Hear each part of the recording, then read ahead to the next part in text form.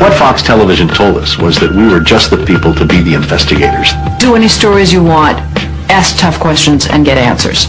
So we thought, this is great, this is a dream job, fantastic. The very first thing they had us do was not to research stories, but to shoot this promo, which was The Investigators.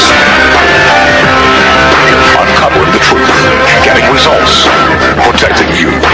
And they had a film crew and a smoke machine, and we were silhouetted. Investigative reporter Steve. One of the first stories that Jane came up with was the revelation that most of the milk in the state of Florida and throughout much of the country was adulterated with the effects of bovine growth hormone, the artificial hormone that farmers were injecting into their cows so that they would produce more milk.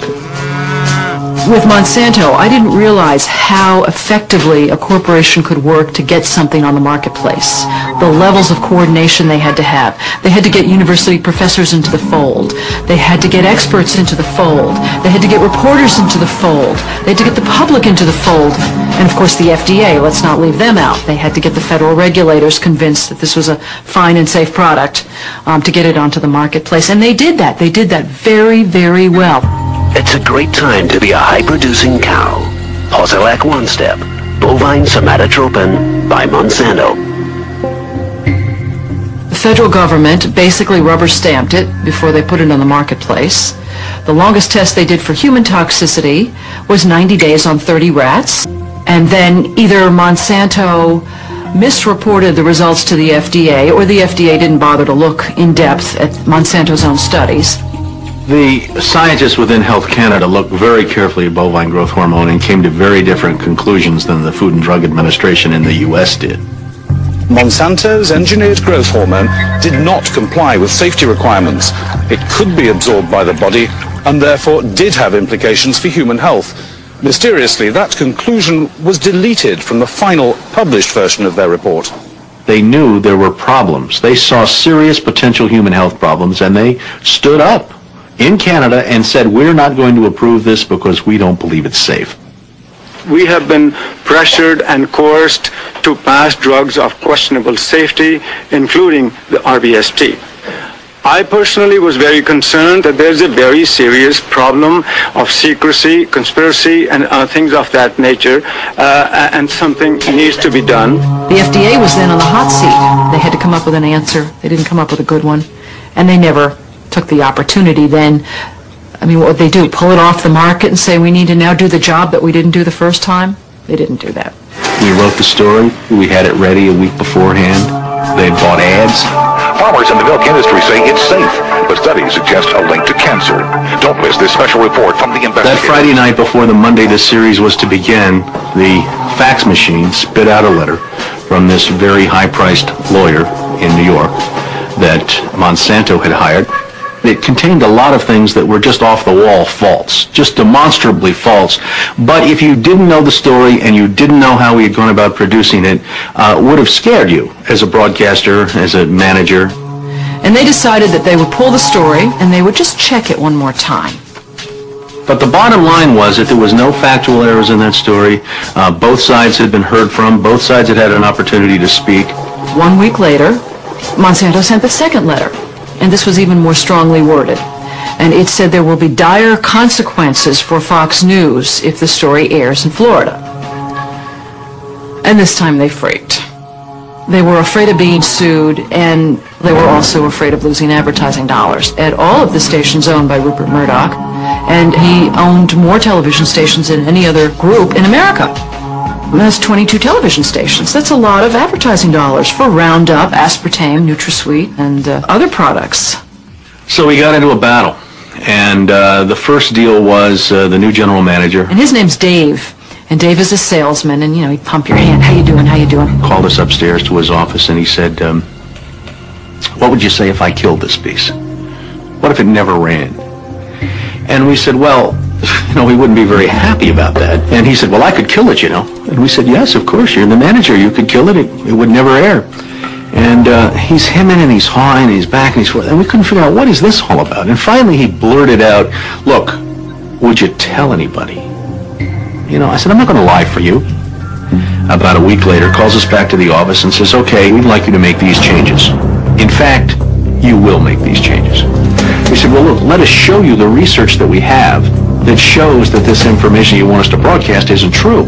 To which he replies, I don't care about that. I said, pardon me?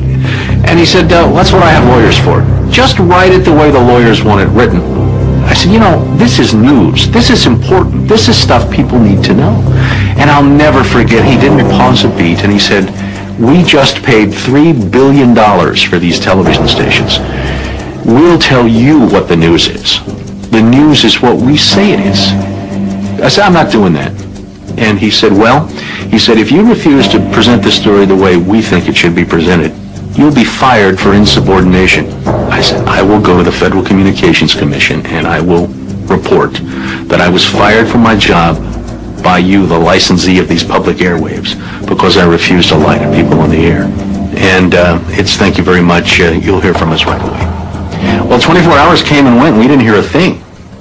And about a week later, he calls us back, and now we've changed strategies. How about if we pay you some money and you just go away? And I said, how much money? Because, you know, when somebody offers to bribe you like that, I always want to know if it might be worth it. He was going to offer us the rest of our year's salary if we agreed not to talk about what Monsanto had done, to not talk about the Fox corporate response in suppressing the story, and to not talk about the story.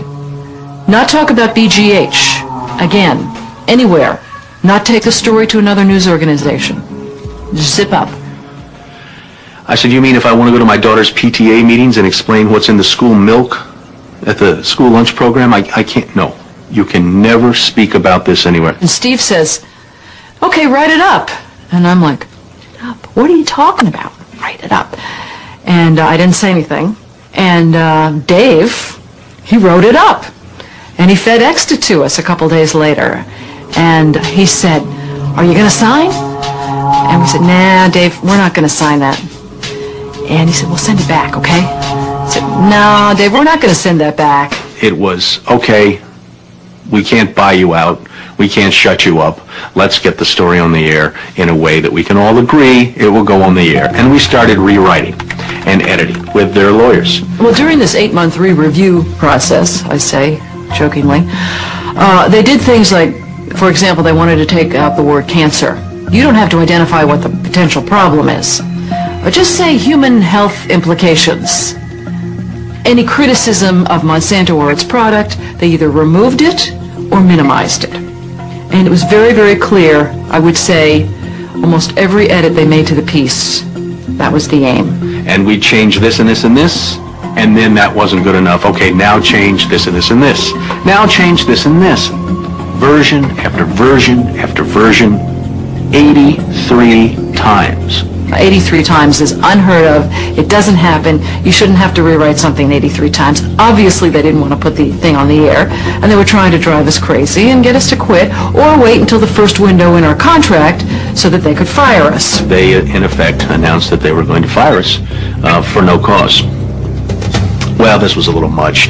And Steve wrote a letter to the lawyer in Atlanta, whose name is Carolyn Forrest, the Fox corporate lawyer. And I said, you know, this isn't about being fired for no cause.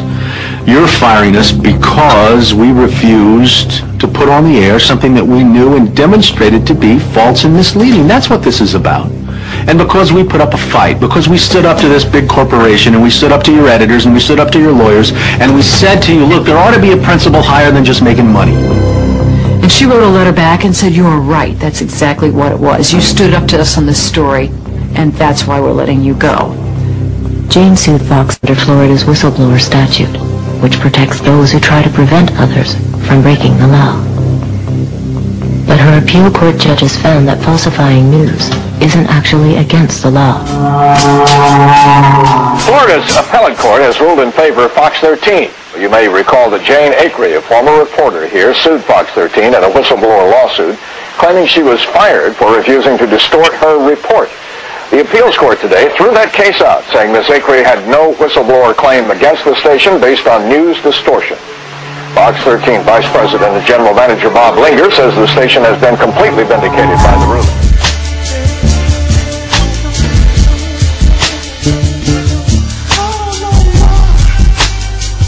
Calculator. We load the clock and